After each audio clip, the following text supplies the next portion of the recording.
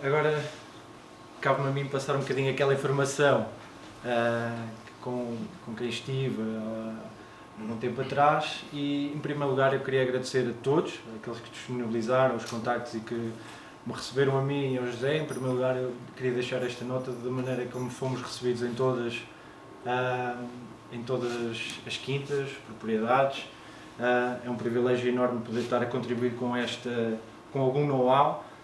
e passar esta tecnologia também e este conhecimento para vocês. E em nome do Food for Sustainability, a minha posição como diretor de serviços, agradecer o amável convite e o amável recepção que nós tivemos, eu e o meu colega José, quando visitámos cada um de vós. Aqui, então, nós fizemos aqui uma espécie de tratamento destes dados, uma análise ainda muito geral daqueles resultados que nós obtivemos das recolhas do solo, e é um bocadinho focado,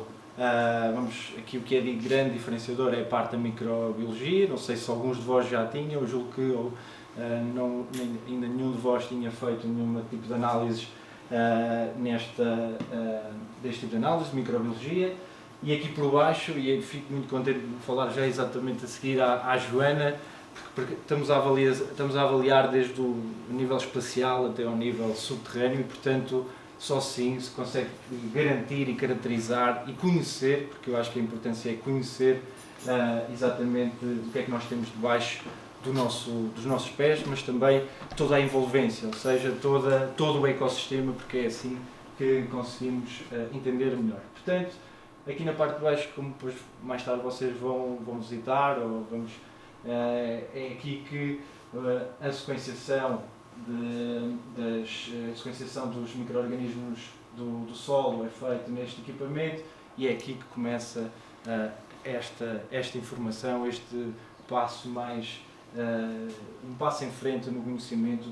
dos solos, tanto a nível nacional como a nível internacional. Portanto, é um privilégio enorme. Também a pessoa do Presidente, que esteve connosco logo no início das recolhas, logo cedo, também um agradecimento pela presença e pela disponibilidade e o convite feito ao Food for Sustainability. E, portanto, aqui o que é que gostava de partilhar convosco? Para além destas análises, nós estamos, e o laboratório que nós estamos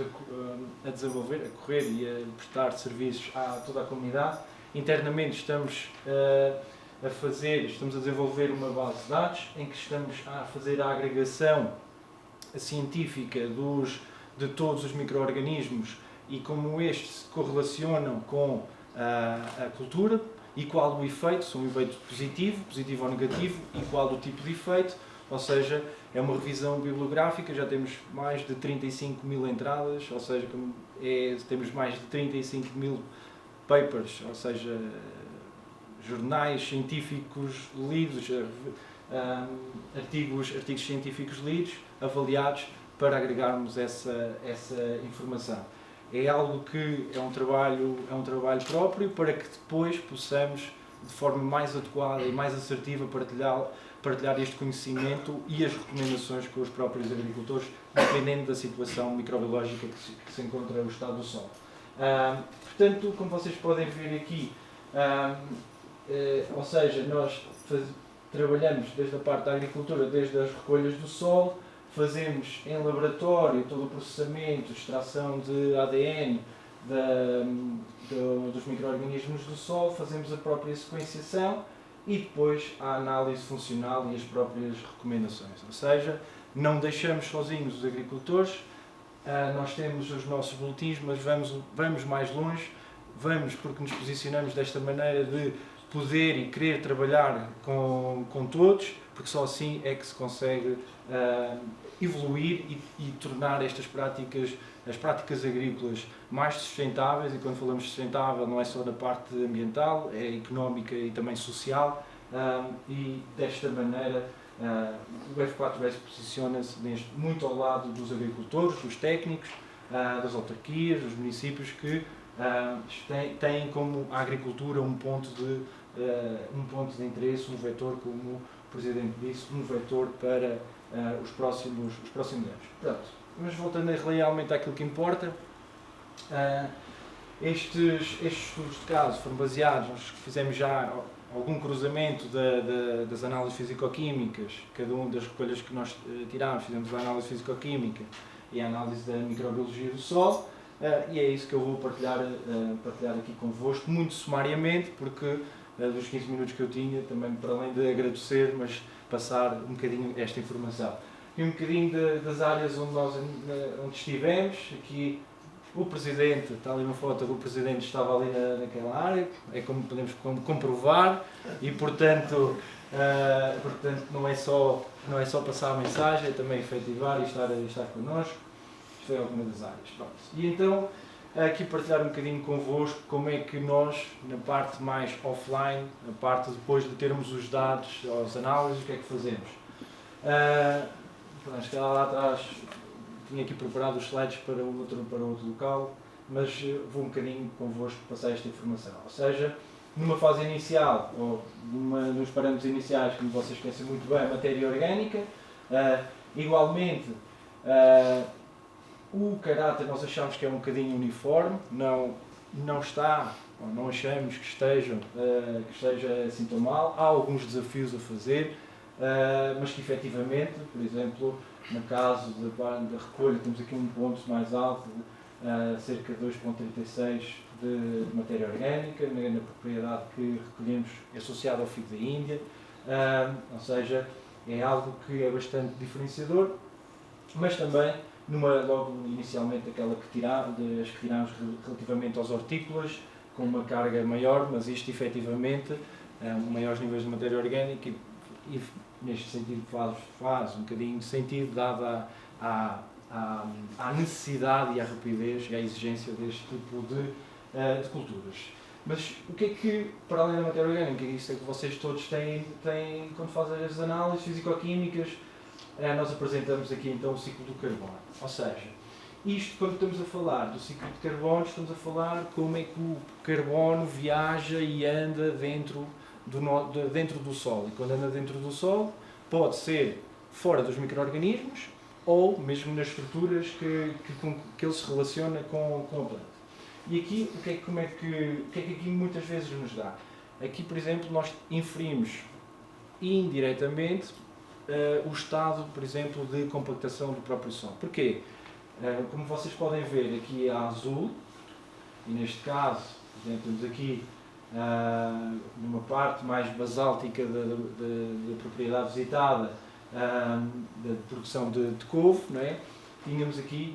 efetivamente um elevado grau de metanogênio, ou seja, o grau de compactação no solo é obrigatoriamente alto, logo, e nós estamos aqui a falar de uma recolha até 20 cm, e portanto, se temos metanogénese, um processo de metanogénese, que é a produção de metano, e é um processo único e exclusivamente anaeróbio, efetivamente tem que estar aquelas condições no solo. E, portanto, é um bom parâmetro para perceber o estado do próprio solo. Mas, por exemplo, temos a respiração aeróbia. Ou seja, aqui é sempre os micro-organismos que são responsáveis por este tipo de processo. Ou, nomeadamente, por este tipo de processo, mas que têm um metabolismo associado à respiração aeróbica. Ou seja, crescem única e exclusivamente na parte aeróbica e conseguimos ver praticamente aqui alguma das vinhas, bastante um bocadinho mais alto, a nível aqui dos 60, 70 pontos, este é o nível da percentagem, quando comparado, por exemplo, novamente com outros hortícolas, na produção, por exemplo, de coentros ou espinafres, ou também, no caso de, um bocadinho também já mais alto, o caso também das vinhas, ou seja, a semelhança aqui de zonas altas. Ou seja, nós aqui não vou dizer quem é que é, vocês vão chegando lá e conhecem-se todos uns aos outros e vão percebendo quem é que pertence a quem, mas isto é uma parte mais geral, depois vocês todos vão receber um sumário executivo e estes relatórios processados por nós. Pronto. E neste sentido, para além de os processos que efetivamente consomem carbono, temos também a libertação de carbono orgânico. E aqui é um dos pontos que é o arroz, ou seja, que é bastante bom. Ou seja, que É bom no caso de pode libertar, disponibilizar carbono para estruturas ou junto à raiz ou que intimamente estão relacionadas com a raiz, a parte das micorrizas, e que garantem uma estabilidade do ecossistema a nível da rizosfera. Este é um primeiro ponto. Pronto. E no seguinte, no caso do azoto, ou seja, igualmente o azoto praticamente constante, um bocadinho uniforme entre a parte mais nas vinhas. Claramente os hortícolas têm uma necessidade diferente e claramente foi aquilo que saltou bastante à vista. Aqui temos a parte mais das vinhas, ou seja, estes pontos aqui, mas na parte dos hortícolas são estes quatro pontos e vocês podem ver o que acontece aqui, ou seja, baixo consumo de azoto inorgânico, mas temos o ciclo de azoto e a libertação de azoto inorgânico em condições muito elevadas. Ou seja, a microbiologia naquele solo está efetivamente a responder à necessidade de libertar e disponibilizar azoto às culturas, mas também para os micro-organismos que estão na envolvência. Ou seja, isto tem sempre que ser um equilíbrio, mas claramente, e isto gostava de partilhar já convosco, é todas este tipo de análises são específicas para a cultura. Ou seja, e mais à frente, quando formos falar da fitopatologia, aí sim são as doenças de cada uma das culturas. Portanto, por exemplo, a cultura do figo da Índia não vai ter os patógenos, não vai cruzar com os patógenos da vinha. Pronto. As análises são sempre especificadas pela cultura. Como podem ver, nós conseguimos, através destas análises, obter uma radiografia de exatamente daquilo que nós temos de baixo e a trabalhar para nós. Nunca se esqueçam, a minha formação, eu não sou agrónomo, eu sou biotecnólogo, a minha formação é em biotecnologia, mas desde que aqui entrei no Food for Sustainability, há 3 anos, esta parte da sustentabilidade da agricultura e poder trazer conhecimento dos micro-organismos, como é que eles trabalham, como é que eles podem dar este aporte a outras áreas, não só a medicina ou a parte da síntese química, como é que envolver-me nisto na parte alimentar e na parte da agricultura, para mim foi um ponto de mudança e estou bastante agradado com isto. E tenho notado esta evolução também a nível nacional, mas também muito a nível internacional, na capacidade de que a biotecnologia pode ser aplicada ao favor da agricultura. Portanto, voltando aqui aos nossos dados, então, no ciclo, claramente as vinhas estão muito equiparadas, vocês podem ver aqui estes valores, aqui estes 4, comparativamente com mais estes 2, ou seja, estas 2 vinhas, uma vinha velha, que nós trabalhámos, e no caso de uma vinha biológica, bem no centro da Ruda, ou seja, é também um ponto bastante diferenciador. Relativamente, por exemplo, agora nós fazemos sempre a análise de todos os macronutrientes e de todos os micronutrientes. Eu aqui trago-vos, para além do carbono e do azoto, falamos um bocadinho também do fósforo, porque parece-me efetivamente uma necessidade destas culturas,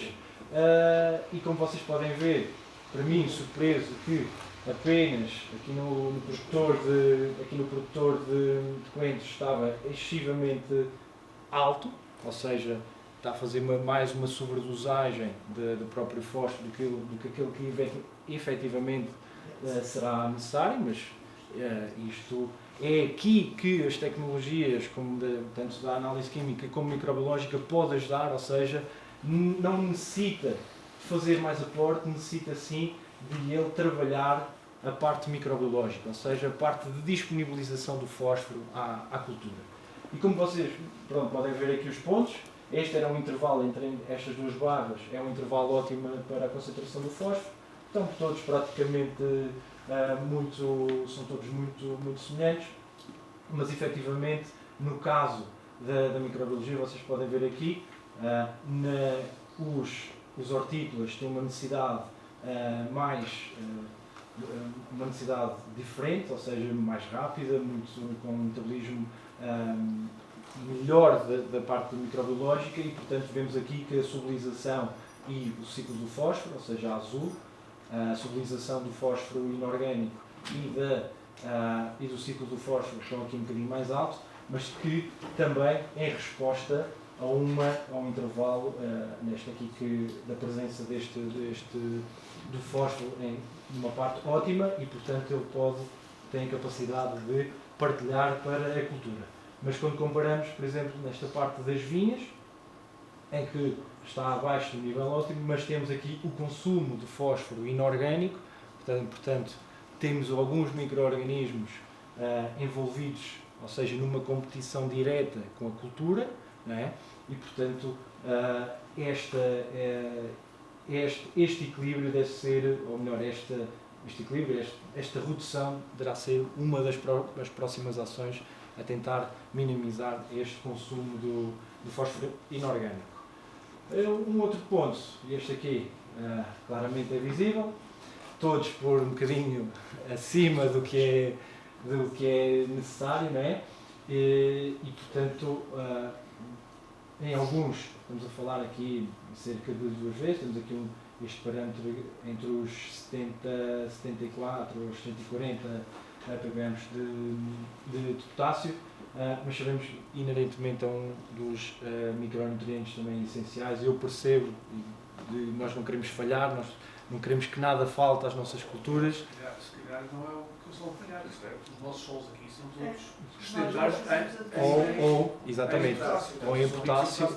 Exatamente, pronto. Não é por cultura. Os solos aqui na nossa região são extremamente ricos em potássio. Pronto, e daí, ou seja, e esse ponto é bastante importante, ou seja, da nossa parte, conhecer convosco aquilo que realmente está no solo. Portanto, aqui é mesmo isso, se calhar, muito mais a parte de consumo e disponibilização do que qualquer um dos aportes, pensando sempre nessa ação de que podemos ter alguém a trabalhar efetivamente para nós e não ter tudo, é sempre muito mais equilíbrio. Porque, não esquecendo que a parte do potássio, ele depois vai dentro das bases de troca, que é este rácio, para não que seja um bloqueio de outro nutriente. Não esquecendo que ou seja, as bombas de sódio e potássio funcionam a partir daqui, e se houver este desequilíbrio, as bombas de sódio, para quem não sabe, todos os sistemas vivos mantêm as suas sistemas vivos, bactérias ou nossas células, mantêm a sua estabilidade celular com esta diferença de sódio e potássio entre fora e dentro da célula. Pronto. Portanto, é que este conhecimento é importante, é muito relevante, e como o Engenheiro Pedro disse, exatamente de como é que os solos efetivamente, e por isso é que este estudo prévio, como a Joana mostrou, de que o que é que existe cá, e trabalhar efetivamente com aquilo que nós temos. Pronto, e agora uma das partes, avançamos aqui rapidamente para daquelas partes que são, para mim também, bastante importantes e que dão logo uma visão daquilo que é aquilo que nos afeta, não é? Que é os agentes patogénicos, e portanto vamos aqui começamos aqui pela vinha, ou seja, a doença de Petri, efetivamente em duas parcelas, em 2 quintas com maior intensidade, em zonas diferentes, que é esta é uma vinha, uma zona, vinha velha outra, estas duas da mesma propriedade, estas também da mesma propriedade e esta de uma outra. Portanto, o que é que também tirar daqui? Não é do efeito de comparar, é que efetivamente pelo grau de propagação, para mim, no meu sentido, não está assim, não é mau. Sabemos que os agentes estão lá, só temos é que precaver e tomar medidas para que ou não se propague, não aumentamos a propagação destas doenças, ou no caso também de fazer uma proteção também à cultura para evitar que no momento oportunístico destas doenças, não é, seja um momento de entrada na própria planta. efetivamente, o que é que acontece aqui? Nós corremos, as análises correm com todos, aquilo que eu disse anteriormente, correm contra todos os patógenos associados, neste caso é à vinha, e não sei se estão aqui todos, que dão o grau de presença no próprio solo, ao mesmo tempo que existe também uma análise dos agentes de biocontrole. E os agentes de biocontrole são os agentes fungicidas, bactericidas, nematicidas e inseticidas. E como vocês podem ver, nenhum, ou excepto esta parte da parcela, na zona baixa desta vinha, destas duas, apenas foi detectado, só aqui é que foi detectado agentes bactericidas, mas nenhuma das outras, no caso das vinhas visitadas, não tem os agentes bactericidas presentes. Ou seja, a vulnerabilidade contra bactérias é bastante mais alto, no caso de alguma doença. Já os agentes fungicidas, e maioritariamente estas 4 doenças, estes 4 agentes de patologia, são efetivamente fungos, e pode-se ver que claramente os agentes fungicidas estão baixos. Ou seja, o aporte, por exemplo, de fungos competidores contra qualquer um destes aqui será sempre uma ajuda numa parte mais para diminuir o crescimento saprófico muitos deles são saprófitos e, portanto, ou seja, que degradam a matéria orgânica do solo, e é assim que eles sobrevivem e propagam no solo, pode ser uma das estratégias a utilizar, ou seja, nós inibirmos o crescimento por competição direta do alimento disponível. Salvaguardando sempre que eu acho que cada caso, cada parcela, cada zona, cada quinta tem sua necessidade e deverá ser feita de forma cuidada esse trabalho. Nomeadamente, aqui depois já damos aqui algumas sugestões, também aquelas que nós nos nossos relatórios depois vamos trabalhar, evitar maior contaminação e disseminação da doença de Petri, exatamente, desinfecção das tesouras, remoção das partes infectadas, incluir, ou seja, lá está, nas entrelinhas, isso é uma discussão que todos, não é, que se fazer ou não fazer, eu acho que é uma decisão, tem que ser cuidada, não é perceber o nosso estado do solo e que efetivamente qual é o caminho para que queremos seguir, ou seja, a aplicação, aqui o exemplo da mostarda de forrageiro, e os agentes de biocontrole, aplicação dos tricodermas ou fungos micorrízicos. Já no caso do espinafre, uma coisa muito tenue, ou seja, não é assim tão preocupante, os agentes apenas dois tipos de doenças, o fusário que foi detectado, mas em níveis muito baixos, mas contudo, lá está, tem uma porta aberta, dado aos agentes de biocontrole estarem efetivamente baixos, e portanto, um dos próximos trabalhos será sempre também a aplicação ou fortalecimento destes agentes bactericidas, dos agentes bactericidas, fungicidas ou outros, e que muitas vezes até dos nematos, aqui que são bastante mais preocupantes, e essa linha de trabalho deve ser bem definida, com um objetivo próprio. Já no caso da parte do produtor de couve, ou seja, tentarmos aqui um dumping off, ou seja, dumping off é uma estrutura em que engloba vários fungos patológicos que atacam diretamente aqui a couve, ou seja, ela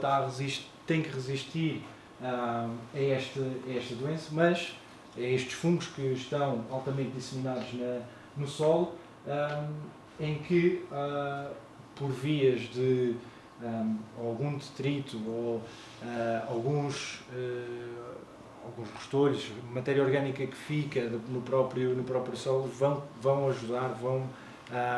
potenciar esse desenvolvimento. No entanto, aqui um exemplo dos agentes nematicidas, algo que de muitas amostras que nós já analisámos raramente estão baixos ou até mesmo inexistentes, e claramente aqui estão em níveis altos. Ou seja, o que é que aqui nos diz? Que a cultura, a microbiologia está a lidar diretamente com uma praga que, no momento imediato em que foi tirado, ou que já esteve muito bem, já teve efetivamente uma praga de nematos nesse local. Ou seja, estas áreas são bastante próximas e, portanto, este conhecimento e perceber da zona mais alta para a zona mais baixa, desenhar esta ação em especial para os nematos, para evitar a perda da produção agrícola. Já no figo da Índia, ou seja, aqui a presença de dois agentes, a Cândida e a Golden Spot, também é um fungo, é chamado também um fungo associado, que ataca os conídeos, cladónios, e que criam, ou seja, é a porta de entrada para o figo da Índia e, portanto, mais uma vez aqui, os agentes, como tínhamos falado, a parte mais inseticida e os nematos pode ser os canais que pode transmitir ou que estão a facilitar até alguma perda de produção ou de qualidade do produto, do próprio produto. Portanto, essas manchas nas zonas mais úmidas. Exatamente. Pronto. A parte que nós vimos, a parte de melhorar a drenagem é um dos pontos que podemos, que é efetivamente bom de trabalhar, e verificámos também que alguns anos atrás, o México tinha uma grande incidência deste tipo de doenças. Sei que nos primeiros, aqui a parte da Cândida, aqui é um bocadinho transversal, aqui é a parte da própria, específica um bocadinho aqui da planta, mas dado à natureza biológica do figo da Índia. Pronto, aqui apresentarmos também o que fazemos, também, que estas análises permitem, é um estado estes três é a parte hormonal e estes elementos é da resistência ao stress, biótico, neste caso é abiótico, em que temos relativamente a parte da produção das auxinas, citocinas e gibberelinas, e isto é a microbiologia, os bactérias ou fungos ou leveduras que elas mesmas produzem este tipo de moléculas, ou que são muito similares e que estimulam a planta a trabalhar. De forma geral, isto é algo com que devemos focar, ou seja, tanto a parte das hormonas, tanto a parte hormonal como a parte de resistência ao stress. E aqui, efetivamente, a parte salina, não é? Resistência ao stress salino, mas também a outros pontos que vão ajudar nos agentes, que vão ajudar diretamente os agentes de biocontrolo, os tais agentes fungicidas, bactericidas, nematicidas e os inseticidas. Já agora, relativamente às outras culturas, na parte do produtor de coentros, bastante razoavelmente melhor, não é? Tem algum dos pontos, mas que até alguns tratamentos, pode ser alguns tratamentos, ou até mesmo o aporte que tinha feito, eu sei que tinha-se feito um aporte de matéria orgânica muito recente nesta parte, e que, portanto, que tinha vindo de uma cultura de transição de mostarda e, portanto, que pode ajudar toda esta modificação. Contudo, na parte do único figo da Índia, este melhoramento, à semelhança dos produtores de vinha, é algo que pode ser trabalhado de modo a minimizar depois aqueles pontos de entrada de qualquer dos agentes patológicos. Pronto, avançando rapidamente, para além de toda esta parte mais de molecular, nós aqui também conseguimos verificar os tais ciclos de cada nutriente, ou seja, disponibilização de, por exemplo, transporte de cálcio, uptake de cálcio, subutilização, como mostrei inicialmente relativamente ao fósforo e ao potássio, né? Temos todos os outros, zinco, ferro, manganês, magnésio, e portanto, claramente, aqui uma nota também especial também aos produtores de vinho, excepcionalmente aqui para a parte do cálcio, do magnésio, que está extremamente bom, ou seja, estes ciclos estão muito bem trabalhados, ou seja, porque efetivamente é uma necessidade, não é? E também, e dependente, aqui também chamar um bocadinho também a atenção que na parte do fósforo, como vimos anteriormente, deve ser algo deve ser tido em conta. E que, portanto, nos outros, para os produtores de hortícolas, e até o fio ainda, salvar aqui, lá está também mais uma vez, e neste caso até uma elevada microbiologia, e vem bastante em níveis elevados no ciclo do enxofre, que nomeadamente vai dar esse ajuste que influencia diferentes os outros, que tem interferência direta nos outros ciclos. Mas ao mesmo tempo, e como vimos anteriormente, que a parte, e até mesmo nos hortícolas, que o ciclo do azoto era bastante bom, na parte, tanto quem estava a produzir a couve, os espinafres e os coentros. Portanto, não é só a parte microbiológica associada às grandes moléculas, também aqui é visível a ciclagem dos nutrientes. Aqui um último, aqui para terminar rapidamente, os boletins e os nossos relatórios vão falar também um bocadinho da biossustentabilidade do solo. Podemos ver aqui, temos aqui uma média isto é um valor de 0 a 100, em que quanto maior for o valor da biossustentabilidade do solo, quer dizer que o nosso microbioma é mais versátil e, portanto, consegue responder e consegue combater ou adaptar-se a situações de algum stress, mas quanto mais baixo, não quer dizer que seja mau, quer dizer que é muito mais específico para cada uma das funções e, portanto, a versatilidade é mais baixa. Só aqui também de ressalvar que nós conseguimos também fazer o tal rácio fungos-bactérias, e isto para nós também é um ponto importante para perceber a valência não só da desmobilização, mas é também um ponto importante das práticas que são aplicadas, que efetivamente depois são escrutinadas nesta parte em que verificamos o rácio endo e ectomicorrizas, e claramente, sem esconder, não foi encontrado nenhum nível de nem ecto, nem endo, nem ectomicorrizas, e o que revela claramente, e nós quando visitámos vimos que a elevada mobilização daquele solo, daquela parcela, não permite que seja mantida qualquer tipo de micorrizas nesse local. No entanto, a presença, neste caso, em rácios bastante bons, vendo aqui é fantástico, nós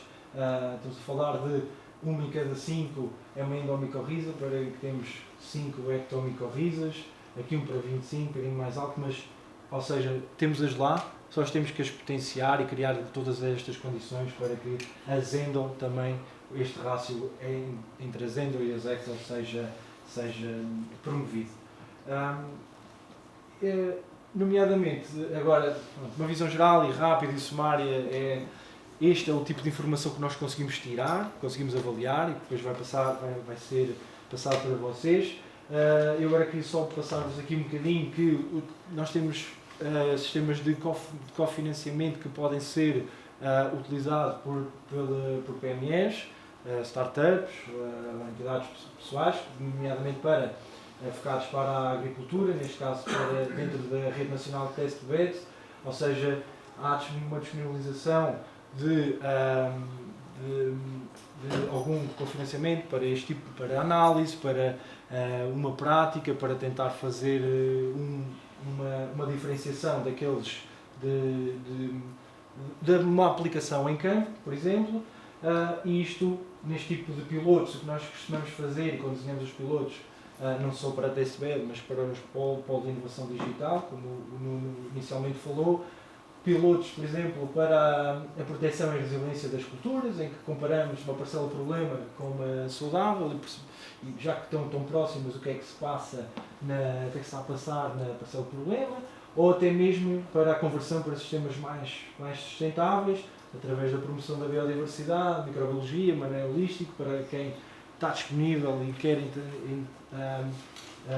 e quer fazer esta introdução dos animais, ou até mesmo na gestão dos recursos, como a Joana falou inicialmente. Isto é só partilhar aqui convosco, que era uma fotografia, estava num caminho, e isto era a zona do lado direito, e este era um sistema em agricultura regenerativa, uma produção de amêndoas, e o que divide isto para aqui era um caminho, e como vocês podem ver, era bastante diferente. Em Espanha. Em Espanha, exatamente. No sul de Espanha. Ruda. Não é ruda, é sul de Espanha. E que a parte também que um bocadinho que a Joana falou, e que vamos um bocadinho também mais longe, através desta, quando fazemos este desenho dos pilotos, e com a aquisição das amostras georreferenciadas, conseguimos para cada um dos pontos onde as amostras foram retiradas, não é? Termos mapas de calor que podem ajudar a estimar as necessidades